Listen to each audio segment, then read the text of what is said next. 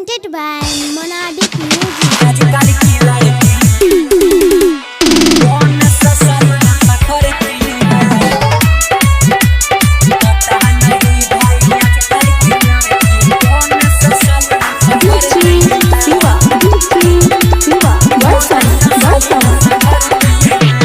छोटे रे एज में जाके कॉलेज में 16 गो लड़का पे मरती है। छोटे रे एज में जाके कॉलेज में 16 गो लड़का पे मरती है। पता नहीं भाई आजकल की लड़की कौन सा साली नशा करती है। पता नहीं भाई आजकल की लड़की कौन सा साली नशा करती है। एब्रो बना के हिप्पी कटा के ऐसे सजती सवरती है। एब्रो बना के हिप्पी कटा के ऐसे सजती सवरती है।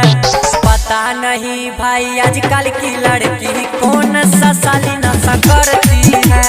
पता नहीं भाई आजकल की लड़की कौन सा साली नशा करती है। कौन सा साली नशा करती है। Presented by Side DJ Sunny.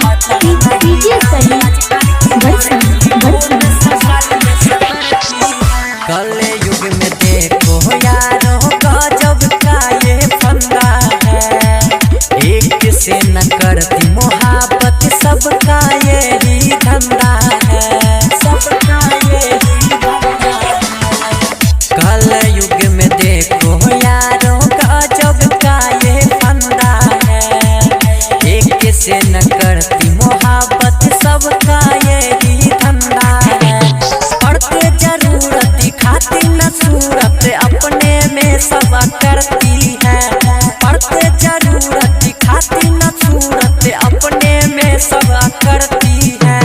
पता नहीं भाई आजकल की लड़की कौन सा साली नशा करती है।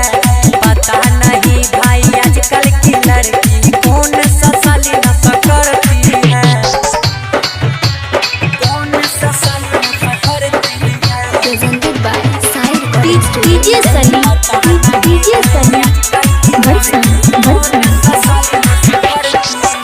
होके बरांड डिमांड ढेर करती है। प्यार लैला मजनू वाला कहाँ कोई करती है। कहाँ कोई करती है।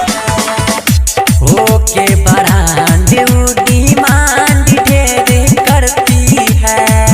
प्यार लैला मजनू वाला कहाँ कोई करती है। राइटर बबलू सिंगर सोरियंद्र किसी से नहीं वो डरती है। राइटर बबलू सिंगर सोरियंद्र किसी से नहीं वो डरती है। पता नहीं भाई आजकल की लड़की कौन सा साली नशा करती है। पता नहीं भाई आजकल की लड़की कौन सा साली नशा करती है। Presented by Side Recording Studio, Delhi.